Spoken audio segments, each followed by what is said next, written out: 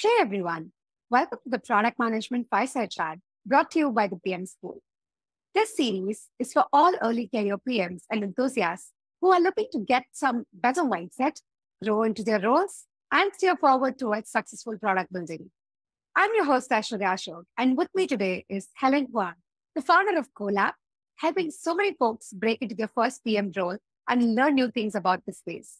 Helen is also a recent Forbes 30 under 30 candidate, trailblazing her path to making people reach their dream careers. Hey, Helen, thank you so much for being here on this episode. Hi, yeah, super excited to be here.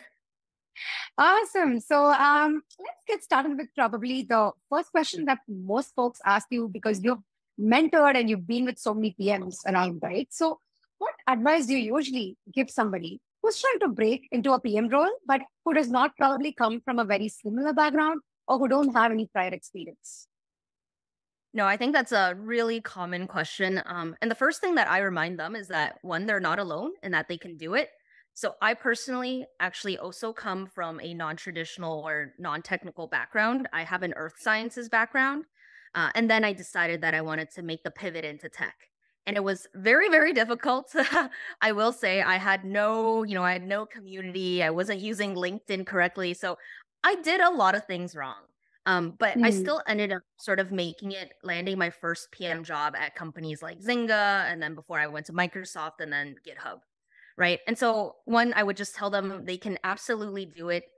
You feel like you're by yourself, but you're really not. And a bunch of people have made the jump for you. The more actionable thing to do, though, is think about where in the funnel they're getting stuck.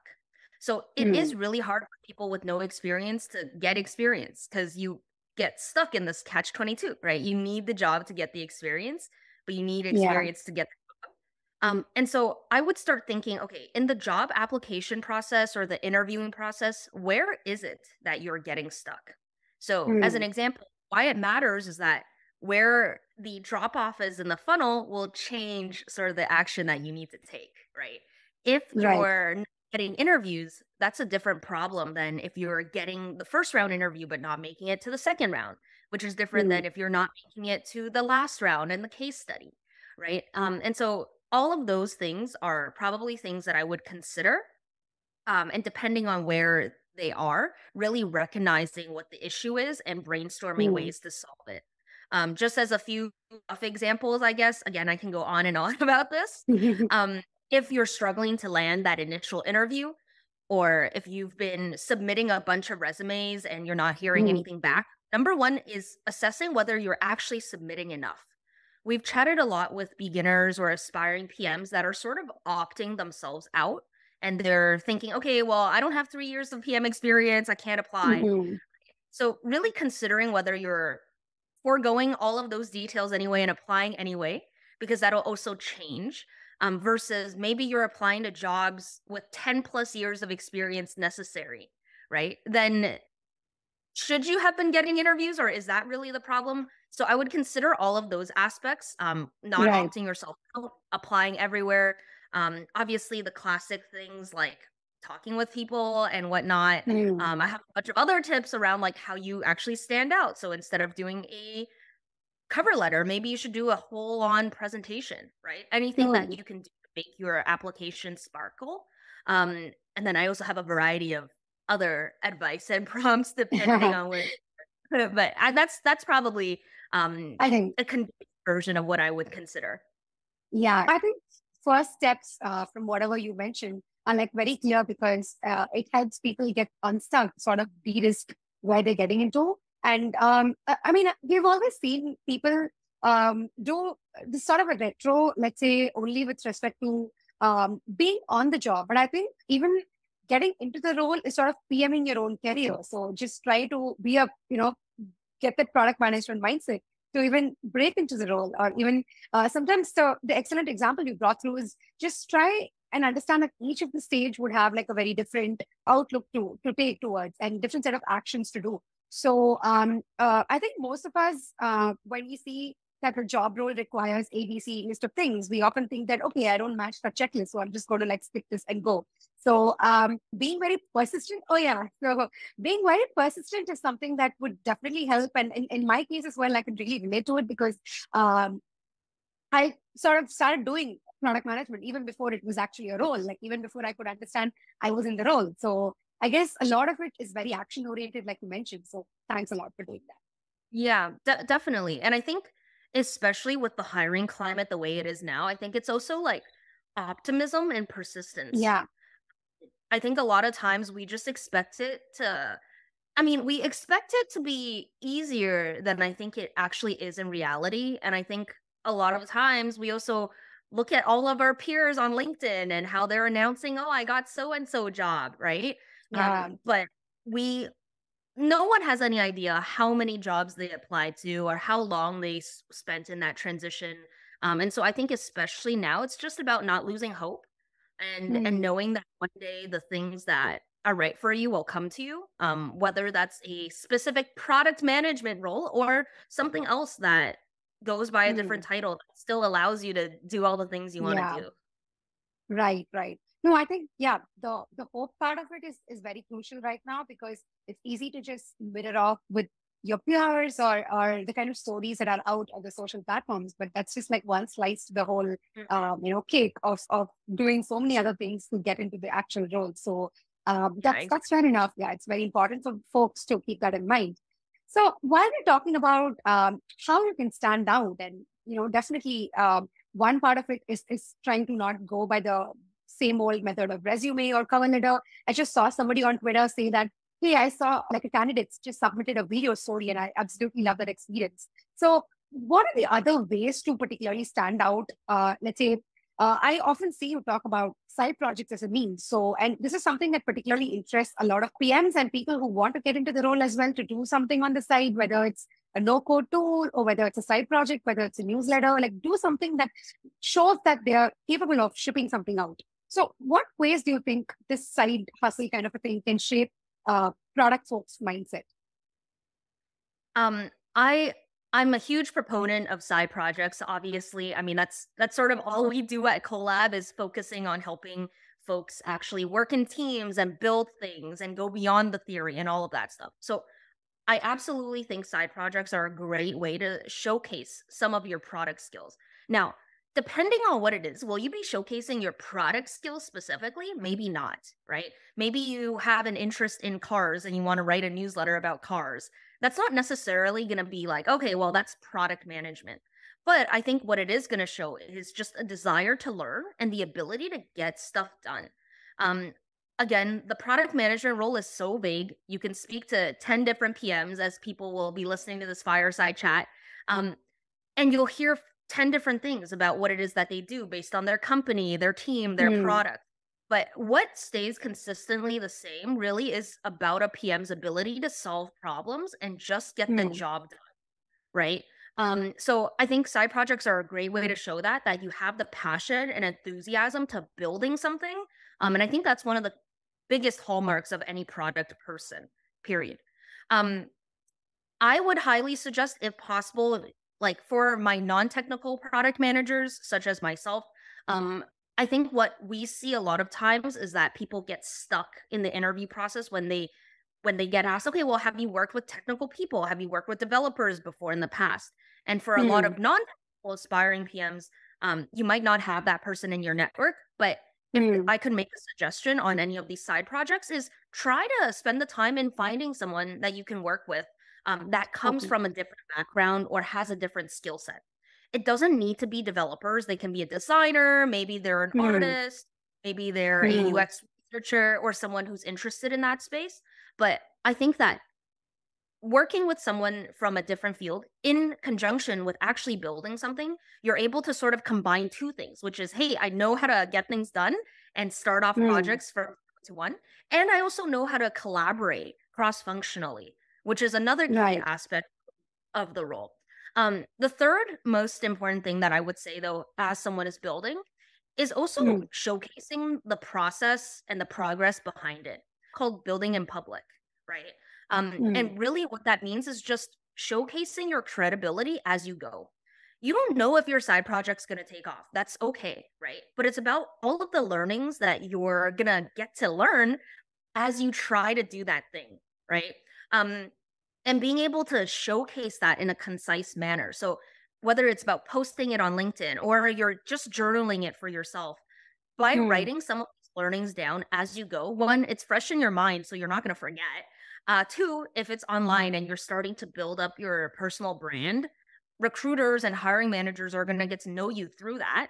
And three, if you're also ever in an interview, or if you just want to, you're on a call or a podcast or something like that, you can more easily synthesize the things that you learned through your side project experience. Right. So TLDR, I think there's only benefits. The only downfall is your time and effort. But anything good takes time and effort. So it is what it is. Yeah. And it's a good trade-off that you make the longer run, right? Because just as you pointed out, the three main pillars of what you get out of doing a side project. The best part is these are the three things that you get to do on an actual PM role. Like you talk to people who are, cross-functionally aligned, who come from very different backgrounds and domains. And you get to show them and work with them that, yeah, you are a reliable person, you can get stuff done. And all the more that you kind of keep everybody in the loop by showing them the progress over where you're working towards. So I think the best part is each of this feeds into the other steps. So it's not like, you can just go ahead and show your proof without having somebody to, align with, or, like you can get stuff done amazingly, but without showing progress, that's not going to happen. So I think these three things are more like hand in hand, like one follows the other. And like you said, anything takes time. And I guess, it's more of a better trade-off because those are exact things that you would do on the job. So, you might as well get a version of what you would do. And often, when PMs, folks who just want to break into the role, and also like my peers who are there in the role, when they talk to me, one thing I often tell them is doing some of these things will actually help you understand how much of an alignment you have with the role. Like, do you actually like the role? Like, do you like being a PM? Do you actually enjoy the process of product management? Or is it that, you just go by the whole fad around it? So I think some of this would really help you do a lot of introspection. So definitely worth the try. Oh yeah, 100%. I've done even so much introspection about it myself, right? So, is it that you like product management, or do you just like working with other people, or do you just like speaking to customers, or do you just like designing cool things? They don't necessarily have to be under a product management title, So Yeah. And like learning about these interests and also your strengths would in turn like align with so many other being a PM, or trying to just learn one part of being a PM and get sort of very strong with being great at that particular wing of it. So that's definitely one. Exactly. It's just about your discovery of what it is that you want to do, whether that's PM or not. Yeah, totally. Cool. So one of the other thing that leads me to is, let's say, hey, I am good at running a side project. I have some experiences. Now I'm trying to break into a role which lets me work with some of these amazing peers. So here comes this question about how much of a team culture is important for a PM to be able to decide, okay, this is the company that I want to work towards, and this is the team that I want to work towards. So if you can just quickly tell us, what are some good culture signs, and what are some red flags in general for folks? Yeah. I mean, so number one, I think it's that when in an interview, we should all remember that it's not just we're being interviewed, we're also interviewing them, right? So any experience that you have through the recruitment process of who it is that you're interacting with, I think all of those are aspects of that company's culture.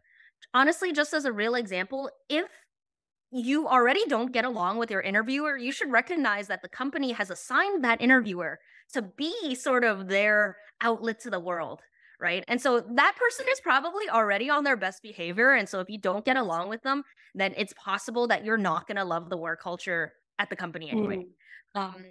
That's honestly just one thing that I've started to see a lot. But of course, most of us are reasonable people, right? We easily get along. And so now let's talk about the work culture specifically. I think that, coming from the PM perspective, one of the questions that every PM should ask when they're interviewing is asking about how the team interactions go. So literally being like, okay, as a PM on this team, how do I actually work with the developers on this team? Or asking your interviewer how it is, if they're a PM or if they're a product person, how they interact with developers on the team. Oftentimes you might want to ship fast, always be sort of super hyper collaborative. But there's a lot of teams where, hey, PMs do sort of work more in that silo process, right? And you're not working on sort of like the day-to-day execution, which some people actually sort of like. So I think understanding a lot of these things would help you decide your fit on a particular. Right, and right. there's so, a lot of other things such as, hey, like, are there employee resource groups? How is the mentorship? I think mentorship is actually way more important than we give credit for. I mean, we think of mentors sort of, oh, I need to get the job, like I need a mentor to help me. But it's so important also on the job. It's important for just your growth as a product person or a leader or a manager. But for a lot of companies, you might be one of the only few PMs, and everyone might be at the same level, right? Maybe it's everyone's first. So they don't have any best practices to be bringing into the company that they can also then share with you. You should recognize that you might have to do a lot of that learning work on your own then, which maybe is right for you, versus another company that might already have, you're entering as a junior or intermediate level PM, but on your team, there's going to be more senior PMs. Which means that your learning opportunities from them will actually be quite significant. You could benefit a lot from that. So I think I would probably think about a lot of those kinds of things. And then lastly, back to sort of the dev stuff, which is, hey, are there resources for the team? A product manager is only as good as their overall team. And so if you're just one PM and you're sharing resources or you're sharing technical resources with another team, that you might just be shipping slowly, which could be good and could be bad. Just things to recognize. Yeah. And I think it's fair enough to call out these 3 points. But again, I guess for each person, the combination of these points is going to be different. Like some people like shipping faster and they also like working in silos. So I think it plays a lot of going back to self-reflection, like really back engineering your whole conversation with this interviewer or your recruiter, trying to, what was very unfortunate about this a couple of years ago was all of these questions that we are just discussing. People used to realize that in the role, like they get into the role and then ask themselves about these questions. But oftentimes in the recent episodes of interviews, we see that candidates are pretty open. And for the listeners who are just like trying to get more insights into our conversation, I think they should understand that if they've not asked those questions, then it's important to go back to their mentors, go back to their peers and sort of raise some of these doubts that they've always had in their mind. And for the new ones who are just trying to break into the role, they can ace the next interview with some of these very specific back engineered kind of questions. Yeah, exactly. Yeah, absolutely. Awesome, Helen. So I think we just had like 3, in-depth questions to discuss about. So now I'm going to go into a little fun part of this episode, which is a rapid fire. So I'm going to give you, 3 statements, and you just have to give me your quick answers to that. So are we ready? Yes. Cool. So here goes the first question. Are you a framework person, or you're like I do myself, like you do you kind of a person? Definitely a you do you kind of person. Do whatever to just get the job done. Just do whatever you want. Yeah, Paul, it's just like find your own ways. Cool. So here comes the next one. One product person that you would love to host for coffee and learn a lot from them? I feel like this is probably a common answer, but I would love to host Lenny from Lenny's podcast, Lenny's newsletter. Everybody loves to host him. Yeah. Exactly. Other than that, though, I think I would probably just like want to host a founder or something. Yeah, totally. Yeah. Cool. So here goes the last. What's your reaction when someone says, well, product management and project management are the same? It's a very controversial one, but okay. I mean, the thing is, they really aren't the same, but am I one of those, oh my gosh, it's not the same kind of people? Not really, right? Like as in, hey, just do the job that you're going to do, right? You know what you're going to do. Don't let the title stop you and don't let the title deter you. And that's it. Call it whatever you want. Do your own thing. Not a person, not a title person. Just do your own thing. Right.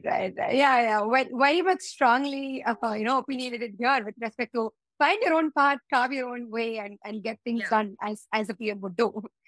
Cool. Exactly. Awesome. Thank you so much, Helen.